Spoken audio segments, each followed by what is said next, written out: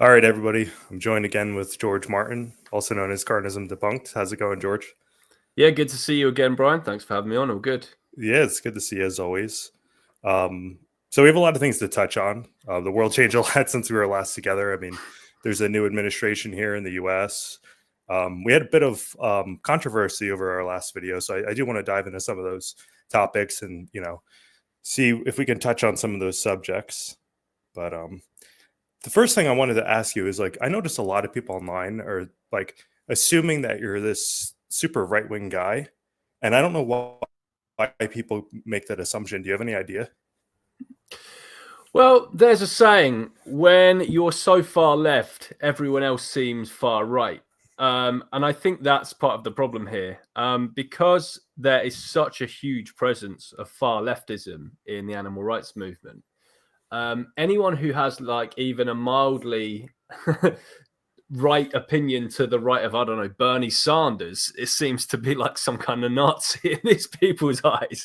Yeah. So it's a very strange environment to be in, but that's the very simple explanation. Like all through my entire life, I've never been called like right wing by anyone. I've never been called any of these names like racist or sexist or anything like this.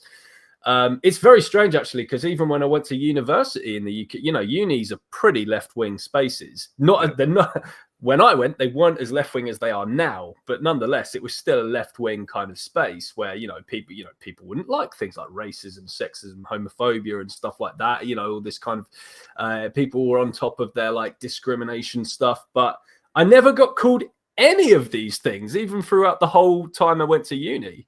And then I joined the animal rights movement, and people, think I'm this kind of like far right kind of character or something like that. When in reality, I'm just a centrist, and I've never been called any of these. I've never had these labels hurled at me before in my entire life before I was vegan, which is very telling. Yeah, and I think in the animal rights space, there actually are very, very few like true right vegans that I've come across. I know a handful of them, but it's not many. So I think if you are like sort of a middle ground person, you stick out as being like far right because you're not far left, you know. And it's interesting because I came across a video. It was Obama talking like 10 years ago, and a lot of the points he was bringing up were like standard right wing talking points now. So like even if you just maintained your political identity for like the last 10 years, like you're considered far right now by a lot of these left-wing extremists. You've hit the nail on the head, and I know the exact stuff you're talking about. I've been telling people about this Obama stuff for ages, even when this whole crazy intersectionality stuff started getting really bad in the animal rights movement, which I'd say was about 2017, 2016, when Trump won the first time. I'd say that's when it started getting kind of crazy. I was showing people clips back then of Obama saying, "We will be tough on immigration. Be warned, if you come into our country illegally, you will be deported," and all this kind of stuff. And what's weird is even back then, people were kind of just ignoring this. And then Trump derangement syndrome happened when Trump won the 2016 election. And anything he said, if it's identical to anything Hillary says, if it's identical to anything Obama says, if it's identical to, well, I'm not even going to say identical, Biden said, in my opinion, much worse things than Trump's ever said with regards to race and stuff like that. I think Joe Biden is the most racist president actually in mine and your lifetimes. And I'm happy to go through his quotes for anyone who's like, oh, what are you talking about? But they didn't seem to care, is the funny thing. There just seems to be a particular thing. It's like, this is the bad guy that we're going to create. Anything he does is bad, but the people we vote for can say and do the same things that he does, and we just don't care. So I don't know exactly what the psychology is behind that, but it's like, it reminds me of that quote from Scarface where he says, you need people like me so you can point your fingers and say that's the bad guy. Yeah. That reminds me of Trump, to be honest. I think it's tribalism. That's what it comes down to me. I think it's like if you have anybody that's on your team, quote unquote, like you'll bury anything that's problematic about them. While on it's the same thing, the other side's doing the same thing. You're just trying to expose that. And this is on both sides. I mean, this isn't just a left wing thing or right wing thing. We've seen this in right wing spaces as well, where anything they do is just thrown aside, but they'll criticize Democrats for it. So it is on both sides. Absolutely. Yeah. No, 100% agree. But I do want to get on to, I want to see if we can find some common ground with people that maybe do have like a little bit of an intersectional mindset, because I have been like talking to several people that do have that mindset, and some people were saying like, is there an issue if I advocate for intersectionality in the vegan movement, but it's not focused on excluding people from it? Would you have an issue with that if it was like somebody was saying like, I want to advocate for veganism alongside advocating for gay rights, but we're also not going to push you out if you're a Trump supporter or any of these things? Yeah, well, it's hard to know what that would look like. I guess without knowing exactly what they mean, it's hard to say. If they're making the animal rights movement about gay rights, I would be against that in the same way as I would be against making the gay rights movement against straight rights. It's kind of weird to like make another movement about that thing. Yeah. But if people just mean, I want to advocate for gay rights while I'm in the animal, posting statuses on your going to marches and stuff like that. Well, yeah, that's fine. I mean, this is just kind of stuff I do anyway. I mean, I'm not an intersectional, but you might see me post that. I like 99% of my posts are probably about animal rights, but I do post the odd post here about, oh, this is oppression that happened here, or this was I might post about a certain political issue and my opinion on it, or this was an act of discrimination or whatever happened to this person. And I've, as much as intersectionals might be baffled to hear this because they think that I'm some kind of, as you say, crazy far right guy, I regularly challenge racism and homophobia and anti-Semitism and stuff when I see it online. They just ignore all that, of course. But I mean, if someone just says like, yeah, I want to be able to promote these things as well, yeah, do it. I'm not going to stop you. I think what's happened with intersectionality is these people make the movement about these issues. And the biggest example of that was obviously 2020, where they were literally bombarding animal rights pages with this whole hashtag Blackout Tuesday. So why are you posting about animal rights today? Don't you know George Floyd just died? Oh, so the world's supposed to grind to a halt because this random guy, who wasn't even vegan, by the way, dies in Minnesota. So we're supposed to stop posting about his victims and all the other victims of humans worldwide in a global systemic holocaust because some guy who is participating in that, who I've never met and is thousands of miles away from me, died. No, get the fuck out of the movement. That's where we have the problem. And I think it's okay, like from a personal standpoint, if you want to advocate for that, if somebody had a profile and they wanted to do that. But the issue comes to it when it's like, well, George Martin, why are you not posting this? Like, why are you advocating for animals on this? I think it starts to become like, and instead of like, this is my opinion, I want to advocate for this, it sort of starts to go on the offensive and be like, well, why aren't you doing this? And you're a bad person for not doing this as well. Exactly. Like I recently posted, I've been posting a few bits and bobs recently about the Southport attacks, which I know you guys have heard about in the States. But for anyone who is unfamiliar with it, this kid in the UK, Axel Rudakabana, he went into a Taylor Swift dance class in Southport in England, and he massacred a bunch of children with a knife. One of the worst crimes in UK history. And I've been posting a bit about that recently, but I don't say to intersectionals, why haven't you posted about the Southport attacks? Why aren't you? You can post about what you want. Like, I'm not making the movement into the Southport attacks. So that's where the issue starts. What's interesting about that too is I'm surprised, at least, I mean, maybe it's out there, I haven't seen it, but you would think like more like feminist groups would be out about this, right? That a man went into a dance club and started attacking young girls. Like, this is everything that feminism stands against, right? But there's conflicting values because, obviously a lot of these people support like open border policies. So it's two things pushing against each other. So it's just like, let's bury that, but let's talk about, George Martin not putting a black square on his profile. Yeah, absolutely. Unfortunately, like you said, it's this kind of tribalism thing because they saw that the right wing was very up in arms about as everyone should be up in arms about it in the UK, because it turned into these kind of race riots in the UK. Then the left feminists sort of say to themselves, Oh, well, I'm not really going to post a huge amount about this and how a bunch of little girls were killed by a male and stuff, because that might be some kind of right wing talking point, and Yeah, that's very kind of sad to see. And it actually goes to show, it goes to somewhat prove our point that we were saying as well. Is that, people on the right are speaking about these issues in the same way that people on the left speak about these certain issues. So to any intersectional who says, why haven't you posted about Palestine? Why haven't you posted about BLM? You could literally just respond to them. Why haven't you posted about the murder of Samuel Paty in France, who got decapitated by an Islamist? Why haven't you posted about the murder of those 3 girls caused by yeah. Axel Ruda Cabana? So it works both ways. Yeah, it's like same type of thing in Afghanistan where women are getting their rights stripped away today. I mean, they had a lot more freedoms previously, and now every single day I'm watching this situation where it's just divulging into nothing. But you have a lot of these left wing spaces where it's like, oh, you can't criticize them because you're going after their culture or something else, and it's just absolutely insane to me.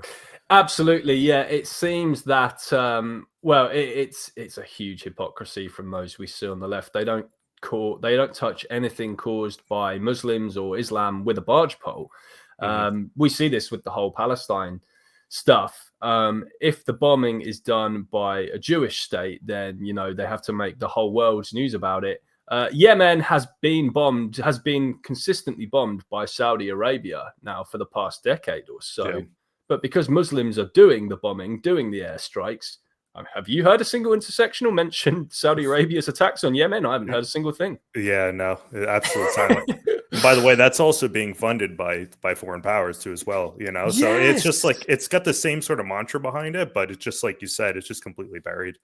You're right, because that's one thing, that's one little differential property they always try to list. When you talk about all these other bombings going on, what they always do is, but this one happening in Palestine is Western backed. The US is arming them. Okay, the US is arming Saudi Arabia to do these airstrikes in Yeah. Yemen.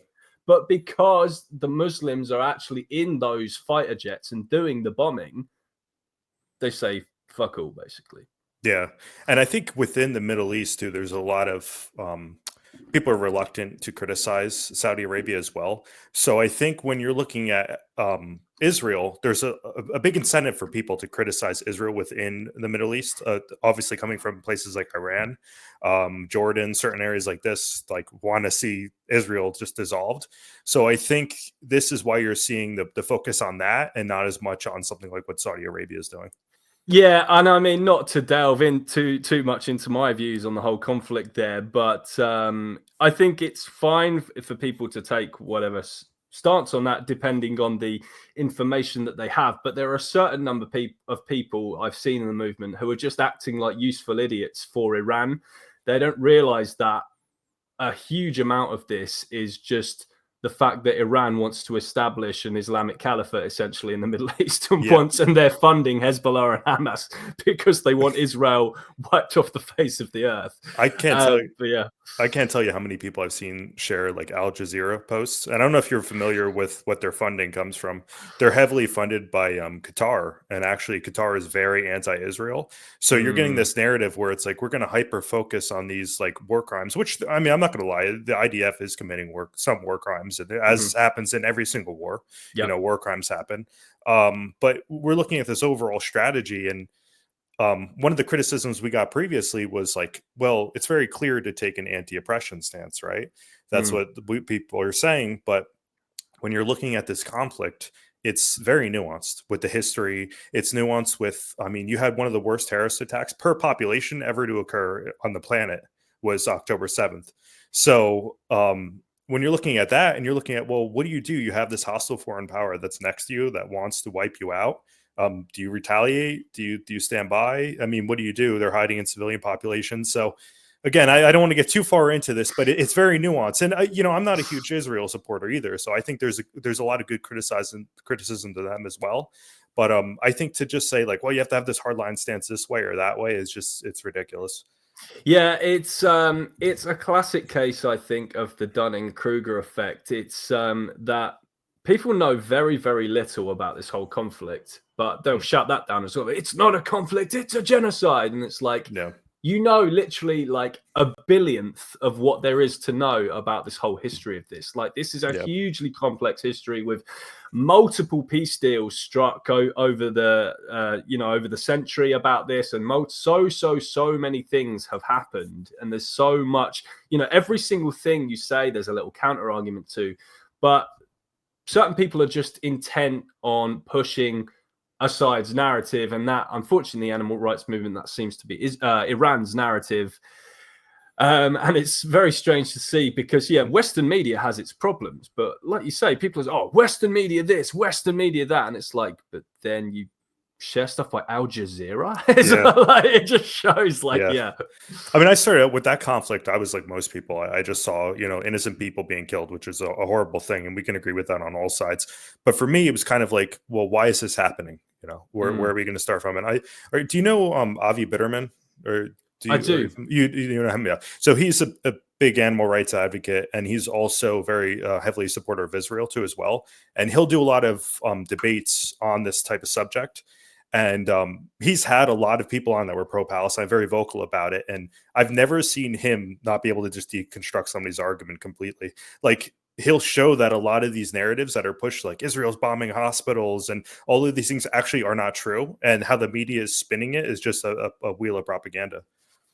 Yeah, I have seen. I've seen, I think, all of Avi's recorded debates on the whole Israel-Palestine stuff. And one thing I will say about Avi, though, is he's very, very good at making potentially insane things sound very clever. If you look at his things on like other issues. So I don't know to what level I trust Avi's data on this, or if he's just a very, very skilled orator.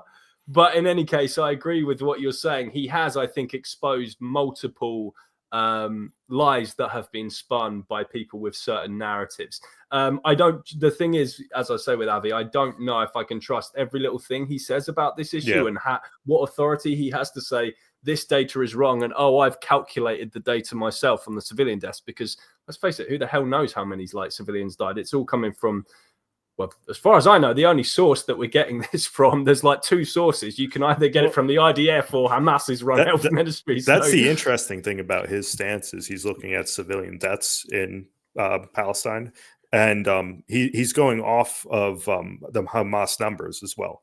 So in the best case, it's actually over exaggerated, to show that, and in the worst case, it's actually it's spot on. So it's just, I think you really have to look more critical in these things before you make decisions. And you've seen this, even there's a lot of left-wing people that are getting flack from this, even like Destiny too, for sharing his opinion. He came out being pro-Israel as well. And a lot of like far left people were attacking him for it. And he's like one of, the most vocal left-wing people about a lot of topics. Yeah. Well, I think are you aware of what horseshoe theory is? No, I'm not sure. So horseshoe theory is a theory in political ideology where the further you are to the left politically, the closer you are to the far right, and vice versa. So think of the political spectrum like a horseshoe, and people who are in the center left and center right, they're very far away from the far left and far right. But as you go up to the far left, your ideas align very much with things on the far right: authoritarianism, censorship of free speech, aggressive and domineering behavior over certain groups, prioritization of one group while attacking other groups, right? So, and I think the Israel-Palestine conflict is also like a very good and telling modern example of horseshoe theory, because Nazis and SJWs have the exact same opinion on Israel-Palestine, which is very interesting. And it's so stupid because the far left keeps shouting, "You support Israel, you're a Nazi. Oh, Zion Nazi. Oh, Nazism. Oh, fascism. Oh, I know who you'd have supported in the Holocaust." What? You just want to completely ignore that Nazis share your exact opinion on this conflict, or genocide, as you call it. Yeah, if you look at what someone like Nick Fuentes, I assume you're familiar with him. He's very anti-Israel, and he actually was like celebrating when October 7th happened. He was very against Israel for all these things. And like you said, I mean, if you take him and splice him up with like a lot of these far left-wing activists on that topic, they would really match up very well. Oh yeah, they have identical views on Israel Palestine, and while they don't have the same views on the rest of political issues, what they do have is the same way of going about things. So the far left and the far right, they operate in the same way, and Yeah. it's just very interesting that on this exact conflict, they do have the exact identical opinion. Yeah. And I think to bring it back to animal rights, I think we have to understand that like this is a nuanced issue. People are going to get different information. Like maybe somebody like Destiny or Avi is actually wrong because they're not getting all the data, or, Mm, it's very possible. I would concede that. Yeah. I mean, it could be a genocide if I had more information that I didn't know of now, mhm. So I think we should stay open to this subject, but we should also not say, well, if you hold it pro or against, we're going to kick you out of the movement. I think that is just, it's horrible for animal rights in general. It is, you're right. And there's a huge sense of entitlement as well because they want to kick out anyone from the movement or out of certain animal rights groups who holds like the wrong opinion about Israel, Palestine, and stuff. Who even has just a moderate like kind of opinion on it, like, oh, I don't take either side, or oh, I need to evaluate the data. But then they've literally got like open supporters of Hamas and October 7th in their spaces, and they don't care. They don't say anything Yeah. about that. Like, there's people in their spaces who support one of the greatest acts of evil that we've ever witnessed in our life in October the 7th. And those people are allowed in your spaces, but you Yeah. want to boot someone out just because they're like, oh yeah, no, I've been to Israel and I like Israel, and yeah, I guess they're just trying to get the hostages back and all this kind of stuff. Just want to move on a little bit, George. I want to get back to just have you ever had like any decent conversations with anybody that is on like the intersectional side? It depends how far you go. With the more moderate intersectionals, yes. I've Hmm. had 2 streams with Catherine Klein, which I think are great listens, by the way, really entertaining streams, both Yeah. of them. There was the debate we had about intersectionality on Debug Your Brains channel. I recommend everyone watch that. And we recently did a discussion about the backlash to my October the 7th post as well. So yeah, Catherine Klein would be an example of like an intersectional who I've had very interesting and entertaining and engaging conversations with without like shit slinging and name calling and stuff. Yeah. But the average conversation that I'll have with an intersexual, no, it's just a pure shit fight. It's just pure Mhm. name calling and slander, and often attempts to bully me from their side, which Yeah. I think a lot of them are so quiet now because what intersectionals do by and large is they are bullies and they like easy targets, and that's why they can advance their way so much, because so many people in the animal rights movement make themselves easy targets. And I actually want to tell, I think you might have got something wrong at the start of the stream. Mhm. You basically said that there's very few people in the animal rights movement who actually have truly right-wing views. I actually think a huge amount of vegans do, but they're Yeah. petrified into saying anything. Yeah. And I think now that the Overton window is shifting and people just don't care, there's that meme on the internet where it's like, hey, look, everyone, this guy's a so-and-so. See, no one cares. There's one guy around now, you've often seen that with vegans, actually. There'll be a meme about vegans. Hey, everyone, this guy's a vegan. See, no one cares. There's now one going around like, hey, everyone, look, this guy's racist. See, no one cares. Because it's like the Yeah. word has just got so stupid and boring now. It's like, oh, so-and-so's a racist. Okay. It used to be like, Yeah. what? Yeah, so Yeah, it's I like the cry wolf type of thing where you overuse a exactly. term so much that it just loses all value. Exactly. And I think now you're going to see a lot more. In fact, I'm already seeing it. I'm already seeing a lot more vegans just being more open about the political views that they Mhm. have. The silent majority is now becoming the more vocal majority. And I think that's how intersectionals have managed to infect so much of the movement over the years, because they're basically bullies and they love easy targets and they love to just do these gang attacks on people. And so many vegans have just been, dare I say, a bit cowardly actually about it over the years and just not spoken their mind when they really should have been doing.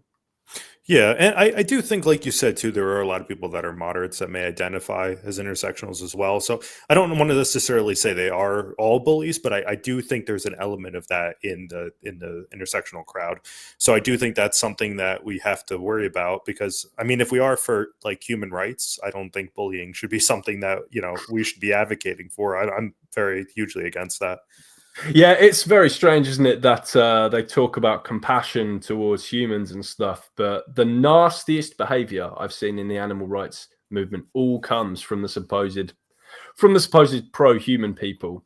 And Mhm. the people who say, let's just keep intersectionality out of the movement, they're always just the nicest, kindest, most down-to-earth people. Yeah. And then the people who are like, the humans, they're always just the nastiest bullies. It's funny you were talking about like, your intuition about the majority of people. Because now that I think about it, I actually think you might be correct. Because when we did our last podcast, obviously I had some backlash from it, but I also posted in a lot of left wing spaces thinking that, well, I'm going to get attacked for posting this here. And I had a lot of people that were left wing coming to me, be like, like he's got a good point. Like, he's making pretty common sense claims. And even had a lot of people too, like you were saying, that would just directly message me because they didn't want to say it out in the open, Yeah. but they were saying like, listen, like I agree with you, like I'm not vocal on this, but I agree with what you're saying. So I do think like there is still a lot of people that are scared to come out and say this because they don't want to Mm. be the target of criticism.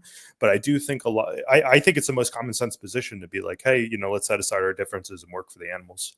Exactly. And I think among the nicest people in the movement and the people that I respect the most are the kind of center left vegans who are Mhm. just sick and tired of like wokeism and how it's just turned the left into a meme. Let's face it, the last decade, people now, when they, in the same way that when we hear right wing, our ears kind of prick up a bit and it's got this like negative connotation to all right wing. Yeah. That's kind of happened now with the left, but in a kind of different way. Now, when we hear like left wing, we kind of think of it as this like comedic meme. And it's those woke people who have done that to that side because the left always used to be about, benevolence and kindness and compassion and standing up for the little guy. And then the woke have turned it into like spitefulness, nastiness, bullying the little guy. So it's they've basically destroyed everything that was meant to be valuable about left-wing principles. And I think most vegans, I think, are kind of on the center left. Yeah. And I think those people who are just kind of the chill leftists who are like, wow, this is kind of embarrassing behavior from the intersectional mob, those are among the nicest kind of people in the movement. And they can listen Yeah. to a lot of stuff that I say, even if they disagree with it, and just be like, George makes good points about these people. I can't even argue with this. Yeah.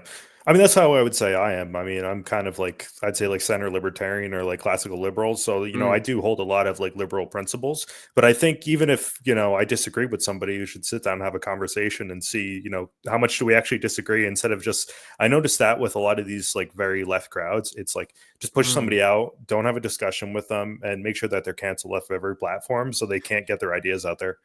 And I'm wondering what happened in their childhood, because all through life, you go through the early years of your life, right? You do school, college or university, whatever, then you go into the workplace. All through those formative years of your life, you're surrounded by people with different views, and you kind of just do generally get on.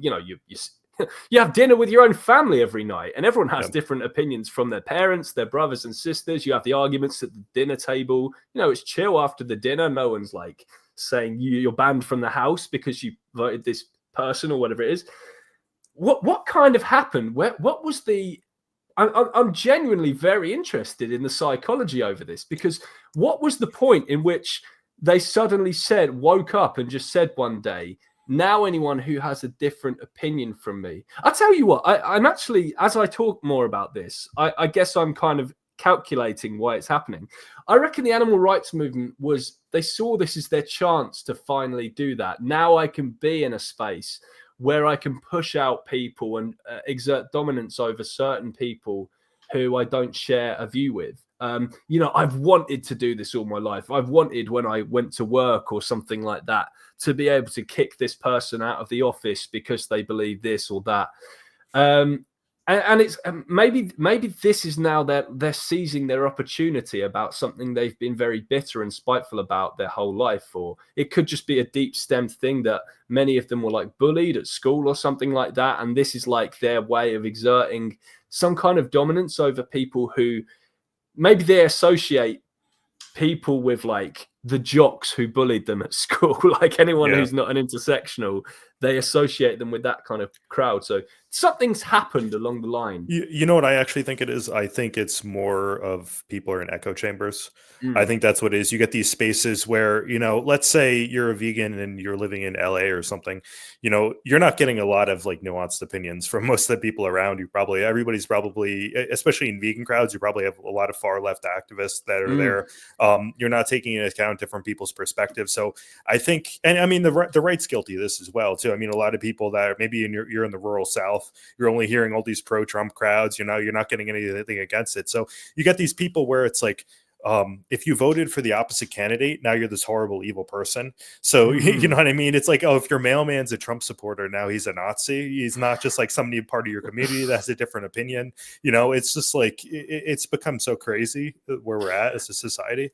But why is it that the left is so much worse than the right about that? Because you can see this actually shows in polling data. Right wing people are, for the most part, more than happy to hang around with left wing people. They're just like, oh, yeah, my family is left wing. Yeah, I'd sit table with them. It's cool. Oh, yeah, my son or daughter is this. Or, yeah, I could hang around with left wing. Oh, yeah, I could marry a left wing person. For the most part, right wing people are actually like that. Why is it that the people on the left have the complete, if you actually survey them, the data shows that a much higher proportion of those people, it could even be the majority of leftists, say they can't be friends with a right wing person. They have shunned right wing members of their own family for being right wing. What's your theory behind why that is? I think it just comes down to that there's more very far left activists than there are very far right activists. Like, I Mm, think that the right is more moderate on most things. So when you get like somebody in the US, for instance, that's very, very like MAGA, like very extreme far right, a lot of them will be like, yeah, I don't want to associate with liberals. And I met people like this. Well, they're communists, they're this, they're right. presupposing a lot of things about their argument. But I think there's fewer of those people in society than are far left activists. I think a lot of people on the right are just somebody that's like they're concerned with maybe immigration or they're concerned with their taxes. Or I think Mm. most people on the right are like that. I don't know if I have the data for it, but that would be my intuition as to why there's a divide. And the weirdest one that this plays out with as well is the abortion thing. Because let's say two sides of the abortion debate, let's take their views for what they are and say they feel deeply passionate about the reasons that they're either pro-choice or pro-life. In my opinion, the pro-life people have an actual much kind of how do I phrase this? It's kind of a much more stronger and evil thing from their side to actually be pro-choice, because in their opinion, you're murdering a child, right? Mm, It's like the worst thing you can possibly do. But they're yeah. more willing to hang around with someone who is, in their eyes, a fucking murderer Yeah. than the hardest pro-choice person who believes that these people are a misogynist and a violator of women's bodies, which is, again, let's take their view for what it is. That's a horrible thing to be, a misogynist and someone who wants to control women. You're right. Why is it that the comparatively trivial thing of being a misogynist and wants to control women's bodies, it's like they would, how do I explain this? It's almost like they have the stronger thing, and then the person who literally thinks other people are murderers is like, I'll still hang around with you even if you're a Yeah. murderer. It's very, very strange. You know what's really interesting about the pro-life crowd? Like, I'm very pro-choice, but I have looked into the pro-life crowd quite a bit, and a lot of their mantra is very similar to vegan advocacy. Like, they're out there saying like, "There's a genocide or a Holocaust going on, and we have to stop this." Like, if you were to swap out like fetus and animal, they'd be doing basically the same advocacy that we're doing. So they do see it as something like that. I don't necessarily agree with the choices why they choose to do that, but I do understand that like hey, this is the perspective, this is a terrible thing. And that's why I don't, you get these strawman things where it's like they want to control women's bodies. Right. I don't believe that that's the case. I've never heard a single person say that. Well, I shouldn't say never. I mean, there's extreme cases, very, very extreme cases, but for the most part, if you look at most pro-life organizations, they're saying that this is some sort of Holocaust that has to end. Exactly, which is why I think leftist vegans need to be more charitable to these people's views, because when they just completely misrepresent, when they shoot the messenger and just say, oh, you want to control women's bodies, you're right, that is as silly as like a carnist just saying about vegans, you don't care about animals, you just want to control what I eat. It's like, for me, it's an identical argument. Yeah. I mean, that's the thing with laws is any law you're controlling somebody, right? So, I mean, even if you're going after somebody, I know it's a little bit more nuanced in the abortion debate, but like that's the entire reason we're talking about laws and you stopping rights violations is controlling somebody's ability to do something. You're right.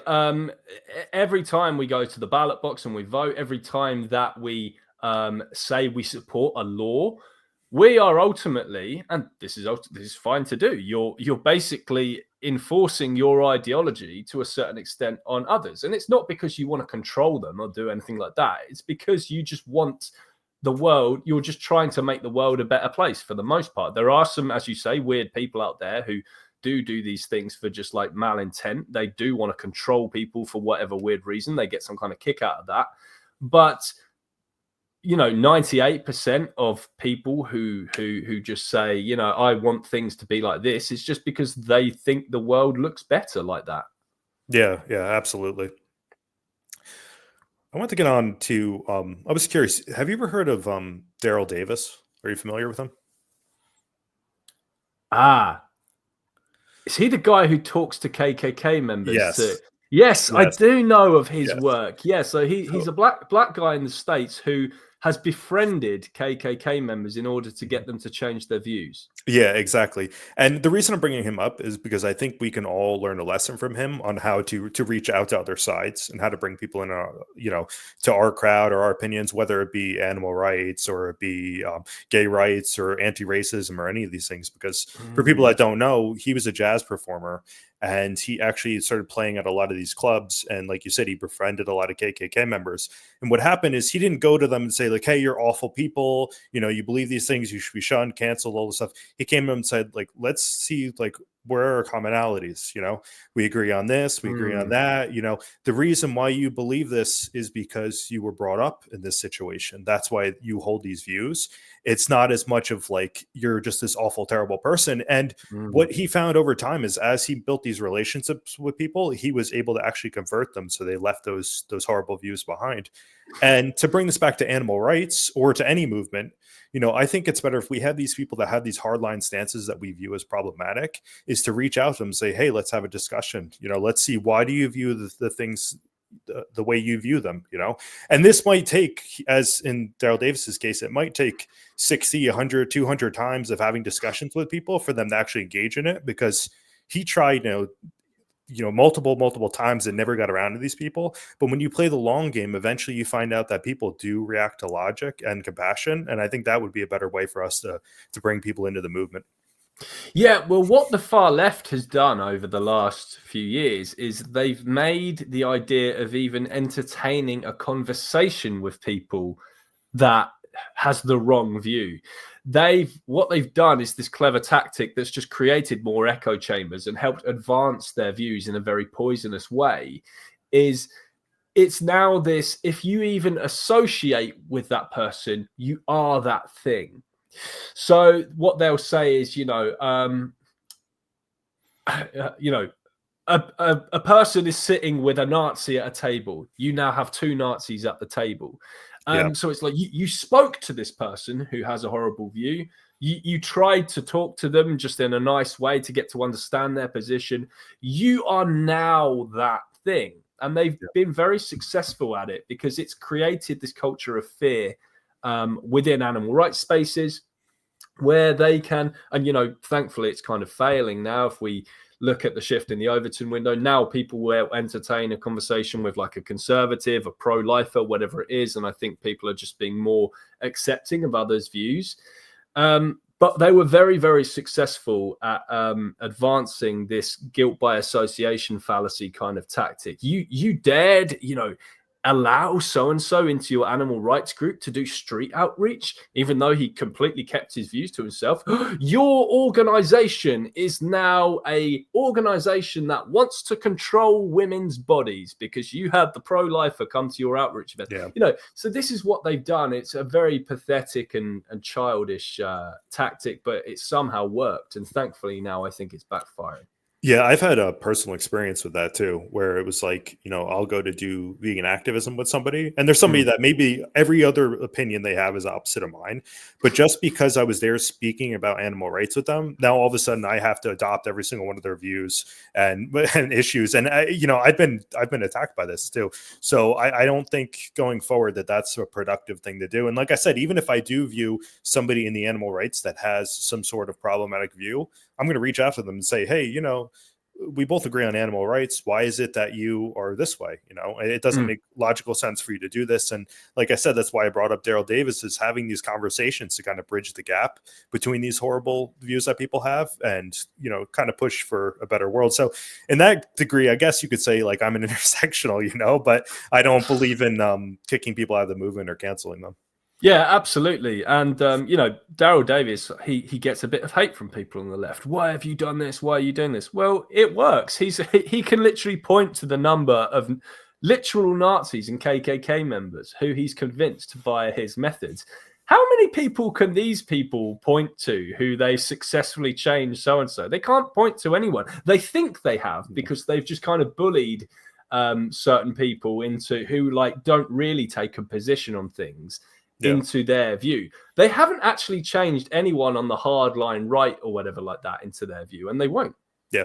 And again, to give praise to like a left-wing activist, Destiny has been really good with this too, of going out and having the typical conversations with people in the political sphere. Like he's went out and challenged Nick Fuentes on his ideas. He's went out and challenged a lot of these people. And I think the problem with banning people and silencing them is that now their base actually grows, because it's saying like, well, you have this opinion and you're getting silenced by like some kind of, broader conspiracy. So it makes these ideas kind of flourish in these ecosystems. So I would say that intuitively it seems counterproductive to me to silence somebody. Oh, I mean, me and Pat have had a conversation about this on the recent podcast I did with her. All this racist shit we're seeing now, this absolute racist shit show that we see when we log into things like X, and the huge far-right backlash that we've seen across Europe and the rest of the West. This is a monster of the left's own making. This is what happens when you just bully and silence and cancel people. You get this huge, it just bubbles and bubbles, and people are just like internally having these like raging internally, and they just feel that they can't say anything. Then they go to the ballot box and they say, I'm going to vote for this fucking party that's like, as the farthest right party I've ever voted for in my life. I'm going to go on X and I'm just going to say what I want because now I'm free. I'm just going to give a big fuck you to these people who have like bullied me over the years.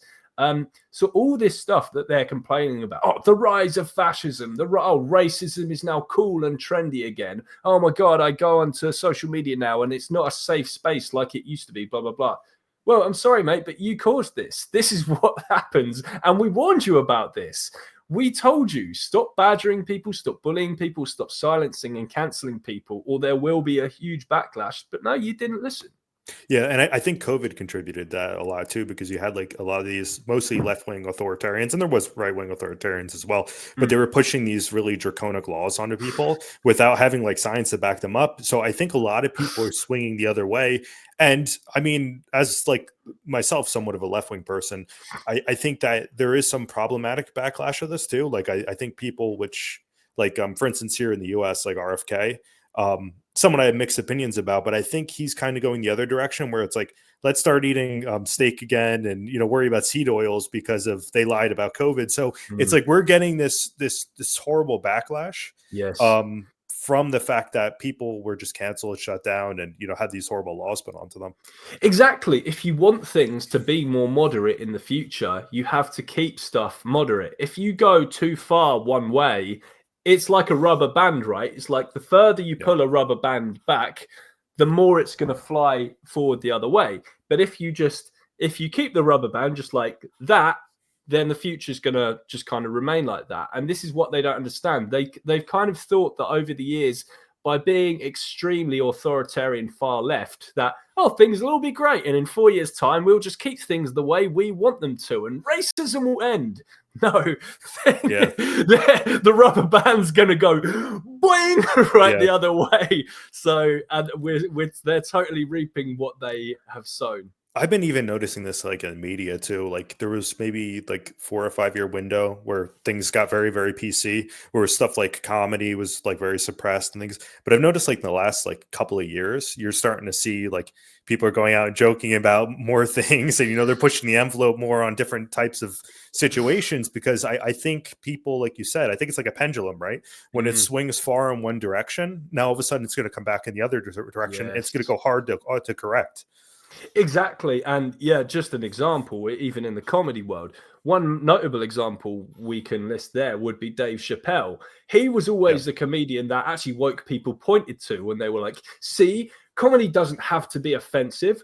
Look at people like Dave Chappelle. He's great. He gets on stage. He doesn't say anything that's ist or phobic or anything. Now look at Dave Chappelle's shows. Yeah. They're just like an offensive and hilarious shit show. And again, I think he's seen the culture war. And ultimately, the idea of comedy is to actually kind of like push kind of I think it was George Carlin who said the idea of the comedian's job is to draw the line and then cross it. And I think maybe that's what people like Dave Chappelle have done. They've been very observant about the culture war, and he said, well, what's going to work now is me is kind of upping it a notch and being a little offensive, because I think people are liking offensive humor more now, because I think it's like a release. I think when people see someone like Chappelle or whoever it is get on stage and they say these things that they've been silenced into not saying over the past few years, it's almost like this little, someone's now on stage and they're mocking and openly just saying the things I've been kind of cancelled for. And that's why I think these people like these comedians. And it's also like a not taking yourself too serious moment too, where it's like with a lot of this PC stuff, it's like you have to walk on eggshells, watch everything you say. It's like, let's just have a joke and a laugh sometimes. And, nothing's personal. Like he's not going after somebody particularly. He's just, making jokes and, having fun about it. Exactly. Which is why they say the left can't meme, because one of the reasons that the right has, I guess, kind of won the culture war recently is that I think they massively won the meme war. And the reason for that is because what are leftist memes? I've said this on many shows and podcasts, but they don't say anything offensive or like or edgy in any way. They're just kind of towing the narrative. They're just saying the safe, comfortable opinions. You don't remember memes that are just making fun of like safe, comfortable things that don't care. You remember the memes that are offensive, and those are the ones that win the culture war. That famous one, gender is like the Twin Towers. There used to be two of them. Now it's a touchy subject. These are the kind of memes that actually people remember.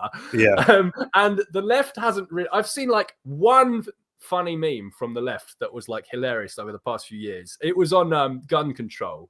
Mm. It was like some like big fat redneck looking dude with like a fucking assault rifle or something and a big American flag in the background. And it said something like, respect the flag of the country I'm stockpiling arms against. That's good, right?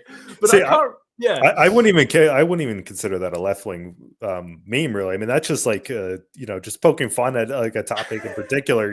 It's like it's almost like irony. You could even say that that's a libertarian meme, because it's kind of going against this ultra nationalist thing. Because like you were saying earlier, people view politics as like the slider where you're either right or you're left. Like there's multifaceted different directions. Like somebody that is authoritarian right is very different than somebody that's libertarian right. Like almost every single issue. I mean, I think a libertarian left person, libertarian right person is actually, they're more similar than they would be to anybody that was on either authoritarian side. Horseshoe theory. The libertarian right and the far right are so different. And then the far right and the far left, they actually seem to do things in the same ways, and they have the Yeah. exact same opinion on Israel Palestine, and they have the same opinion on this. So yeah. Yeah, absolutely. I'm going to get onto some of criticisms I've heard about you and about some of our conversations we've had in the past because, I platformed Satan here. So, Okay. yeah. So one of the criticisms is that left wing spaces are safer. So of course there would be more vegans in them. Like, what do you think about that? It depends exactly what they mean by that. I mean, I've not seen. How can I explain this? I think left-wing spaces have been more open to veganism over the years, but I don't think they've necessarily been safer with regards to who people are. In fact, I would actually say that left-wing spaces are less comfortable for most people to be in now, because people are scared to say what they think in left-wing spaces. In right-wing spaces, you're number one. It's very unlikely in a right-wing space that you're going to face homophobia or racism or anything like that. I'd actually say it's more likely you would be told you're cis white male scum or Jews want to do this or something like that in a left wing space now. So, or just shut, or God help, like a left wing gay person says something like, I am left wing, but I am quite scared by Islamic immigration because as a gay, racist, So, if anything, I'd actually see right wing spaces as more welcoming to people in many cases these days. And left wing spaces are kind of the spaces where people are the first thing they notice about you in a left wing space is your race or gender, your identity. In right wing spaces, they don't care about that unless it's a far right space. But in just a kind of a center right space, someone walks through the door. They don't care or notice what gender they are. They don't care about their sexuality. When people walk into a left-wing space, it's like, oh, what's your identity? Who are you? Yeah. What are your pronouns? What is your belief on this? Blah, blah, blah.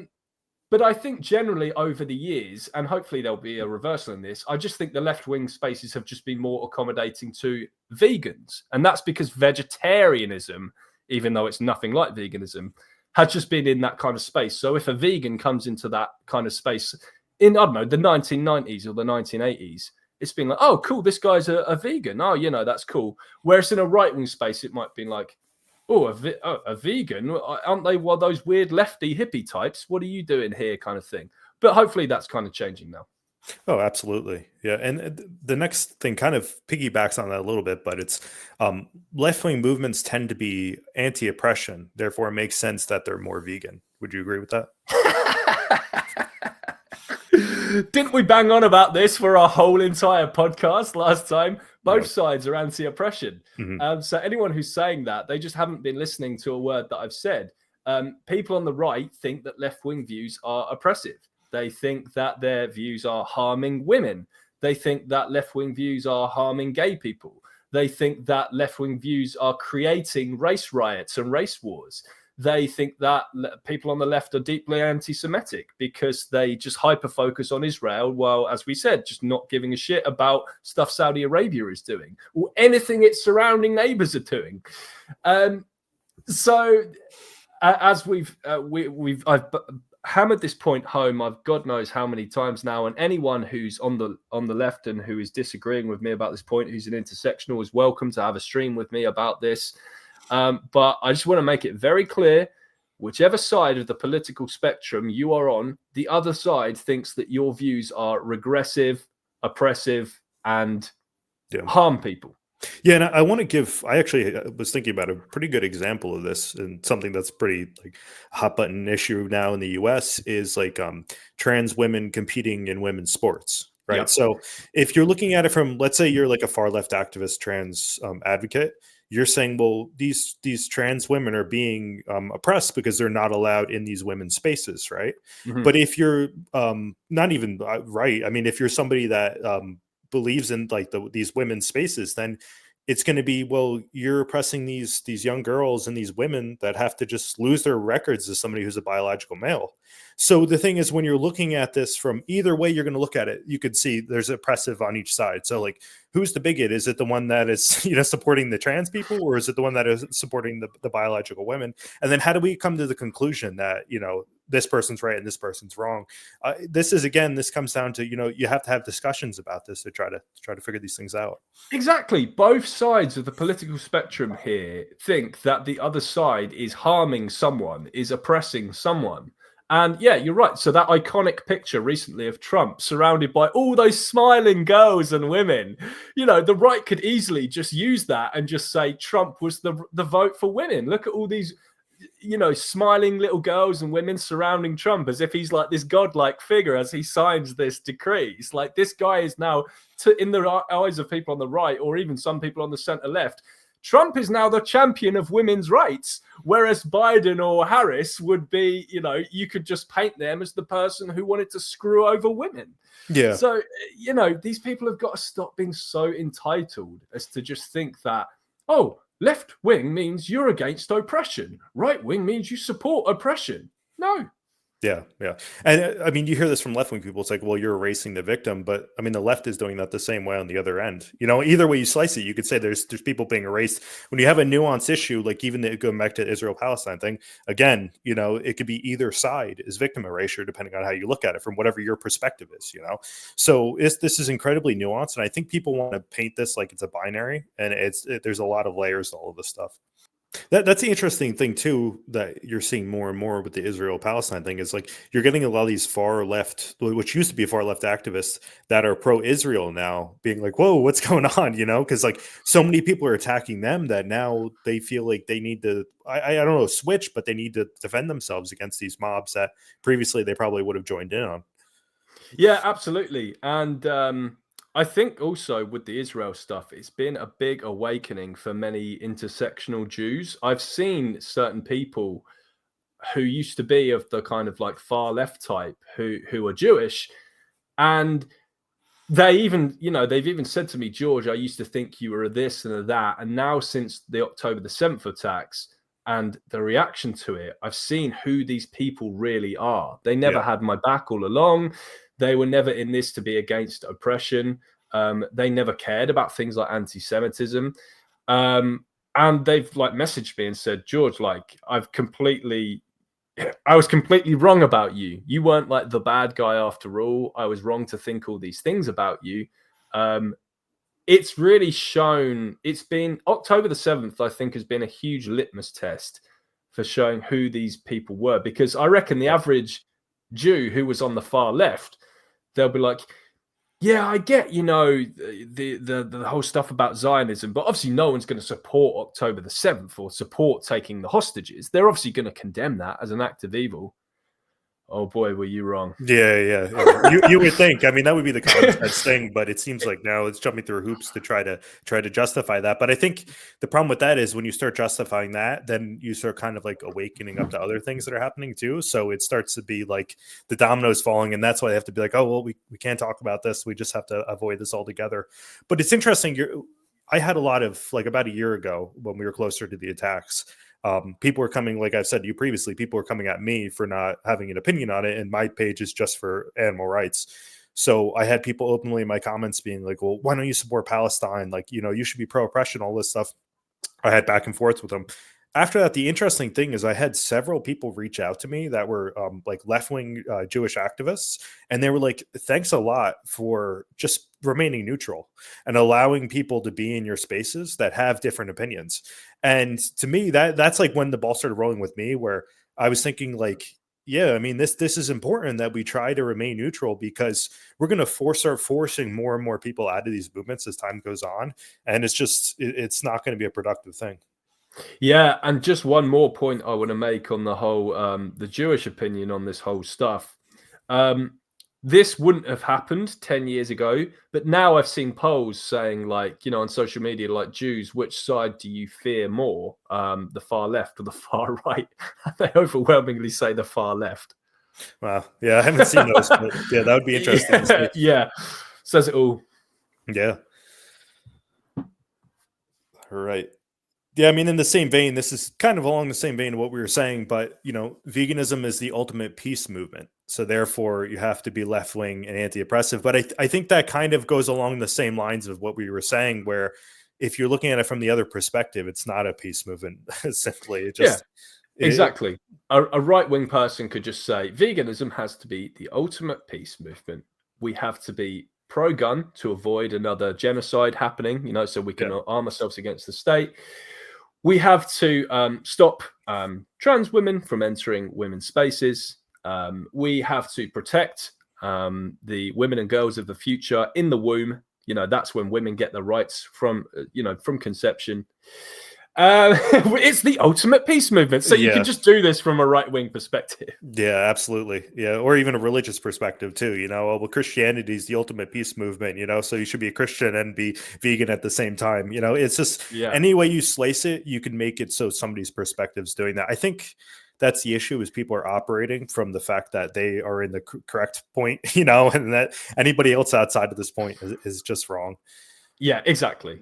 But just to end things up, do you think there's any kind of how do I put it, any kind of agreement we can come to with some of these people, or where do you see going into the future? Do you think there's any kind of way we can persuade people to just, hey, we could all remain neutral and all be animal rights activists? The ball is in their court. We're the ones who are extending the olive branch to them. We're not the ones who are saying you guys have got to get out of the movement if you hold this view on that. I'm literally saying people who support fucking Hamas are still vegan, even if they support that murderous Islamist terrorist group. As long as they reject animal slavery, they're still vegan, even though they have a poisonous and evil opinion about a human thing. I'm the one who's saying that. They're the ones who are saying that these slightly even mild opinions that don't really even matter at all in many cases, they're the ones who are saying you can't be vegan if you have this view. So the olive branch has been extended by me. I'm saying to every single intersectional in the movement, you are vegan, I'll go to the march with you. We're not there to be friends or anything. We're there to march for the animals. We don't have to have coffee after the march or something. I just want you there with your sign about animal rights. I want veganism to have, I want every single person in the world to be vegan. So that's all I can say. If they don't want to accept that, then they don't. But I've done all I can do. I mean, I've spent the last however many years now just telling people that I want every single person in the world to be vegan. They're the ones who want the animal rights movement to be as small as possible. They just want people with these laughable, memeable views that are just like a meme to the majority of the world, and just think that these people are just like these weird American college campus losers. That's what they want the animal rights movement to be, just a bunch of weird college kids. And I'm the one who's saying, no, this is the ultimate movement. It's for every single person in the world. Yeah, I actually have a really good friend that is he's an outward communist, and for me, I'm extremely anti-communist to the point where I think it's a very repressive ideology. Right. I have the facts to back this up, but even still, him and I get together and we talk about animal rights because that's what's important to both of us. And even though I think that he has these really repulsive, horrible ideas, he's willing to say, hey, you put your ideas aside, I'll put my ideas aside, and let's focus on the issue that we both agree on. And that's what it's all about, and that's what it's always been all about. Again, I think these people have this idea that you have to be friends with every single person who's vegan or something like that. You can be a fucking recluse. You can think every other vegan is a piece of shit and you don't align with their views on anything. I don't care. I'll take a world where I have no friends and every single person is vegan, rather than a world where there's about 1,000 vegans in the world and they all share my political views and I'm friends with those people. No, we're not here to this isn't I think this is what they think it is when they say it's like a social movement or something. It's a social movement in that we want every person to be vegan. It's not a social movement as in we're all meant to be part of the same have the same view on like every single little thing and be friends. Yeah, it's crazy what it's become. But with that, George, you have anything else to add, or? I think I've said my piece, and yeah, I just want to thank you again for having me on. And I think it's going to be a good and interesting listen, especially. And I know certain people are going to be listening to this, and I hope you take in every single word. And feel free to do your little video response, and feel free to get me on for a stream if you want to discuss this. Well, George, I just want to say, thanks for coming on again. It's always appreciative. And yeah, thanks for everything you do. Awesome. You too. Thanks, Brian. All right.